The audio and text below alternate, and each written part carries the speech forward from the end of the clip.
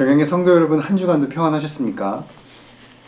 어느덧 이제 구약의 6권, 이 구약의 마지막 권인 6권의 10과 거의 막바지를 향해 달려가고 있는데, 오늘 우리가 보실 과는 기도하며 함께 이겨내자 끝까지라는 과입니다.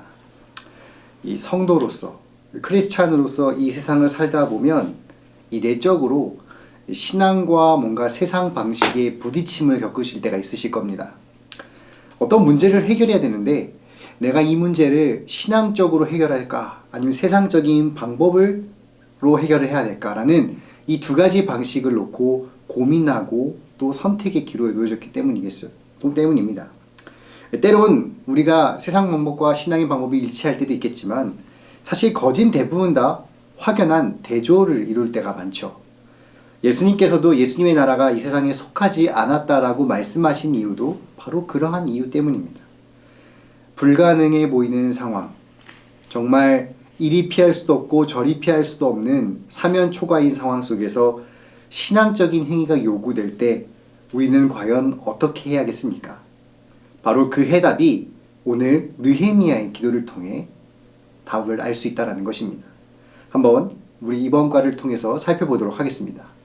먼저 첫 번째로 두려워하지 말고 기억해. 느헤미야 4장 7절에서 14절까지의 말씀을 꼭 한 번씩 읽어보시기 바랍니다.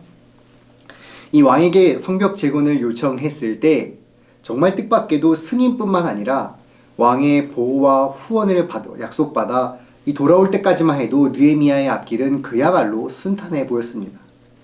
그런데 문제는 현장에 와보니까 전혀 그런 상황이 아니었다라는 점입니다.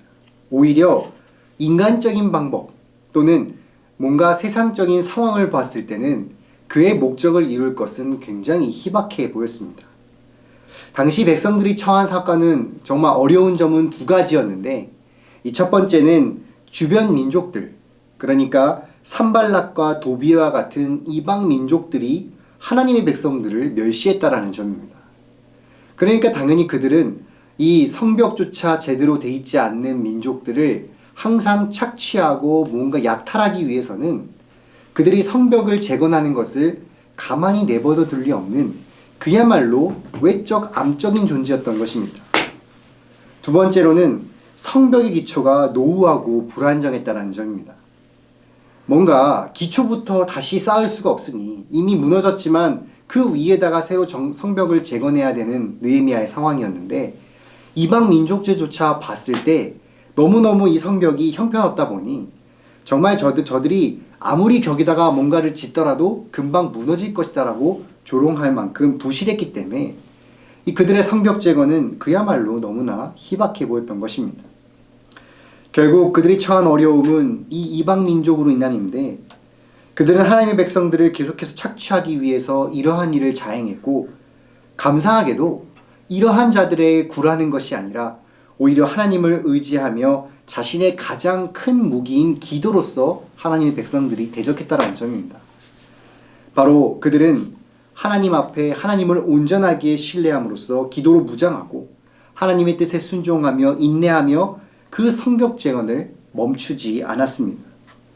그리고 이러한 백성들에 의해 느헤미야는 더더욱 하나님의 보호하심과 공급하심을 확신하며 앞선 자로서 백성들을 독려하고 하나님을 기억하며 함께 싸울 것을 요청했던 것입니다.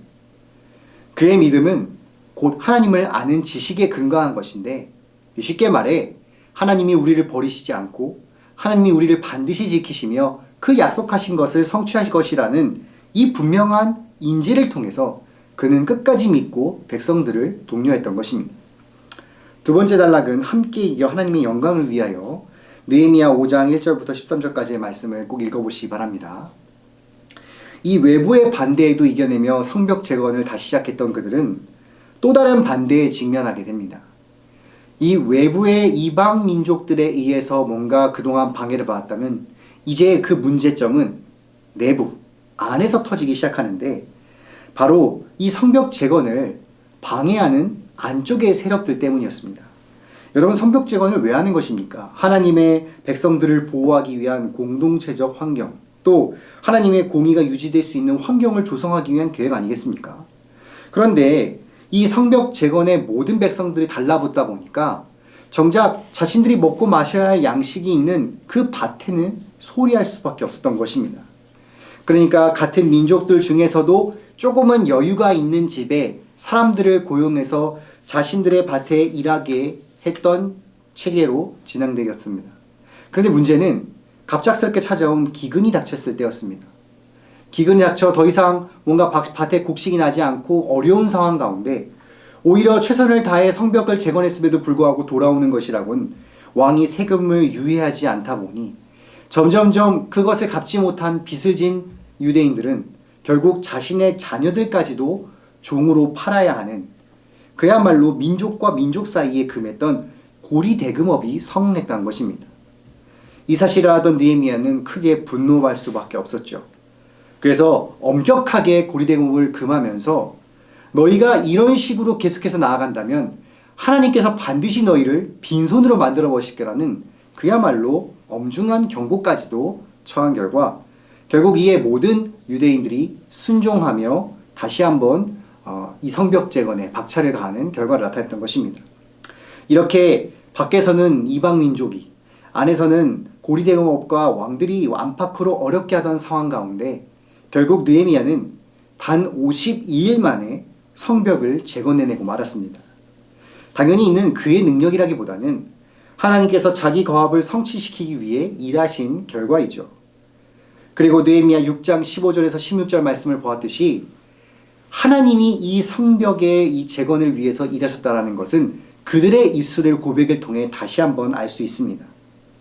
바로 이 사실을 보았을 때 하나님을 믿고 온전하게 기도하는 자에게는 그리고 하나님을 온전하게 신뢰하고 순종하고 인내하는 자에게는 무엇인지 이룰 수 있다라는 사실을 바로 교훈을 우리에게 오늘날 우리에게 줄 수 있습니다. 우리 정리를 한번 해보겠습니다. 그리스도와 연결해서 결론을 본다면 오늘 느헤미야의 권고는 우리에게도 큰 위안이 됩니다. 이방 족속들이 박에 대치하고 있으면서 같은 민족이라면서 도움은커녕 오히려 자기 민족들을 뽑아먹고 빨아먹는 이러한 방해하는 상황 가운데 오늘날 우리의 모습들을 투영하지 않습니까? 우리 예수님께서도 산발락과 도비아 같은 그야말로 이방 민족들이 또 핍박을 했고 같은 유대인들조차도 멸시와 천대를 받으셨음에도 하나님의 뜻에 따라 기도로 순종하며 심지어 죽기까지 하셨습니다.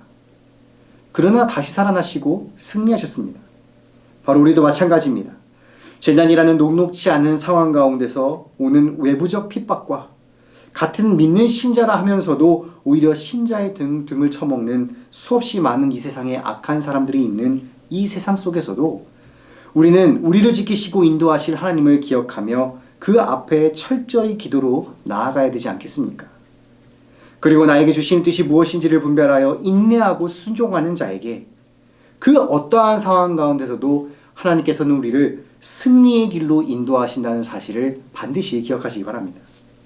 오늘 이 느헤미야의 사건을 보시면서 다시 한번 그 어떠한 상황 가운데서도 믿음 가운데 굴하지 않고 그 가정이 기도로서 하나님 앞에 온전히 나아감으로써 이러한 승리를 충만하게 맛보시는 경향의 가정들 되시기를 간절히 바랍니다.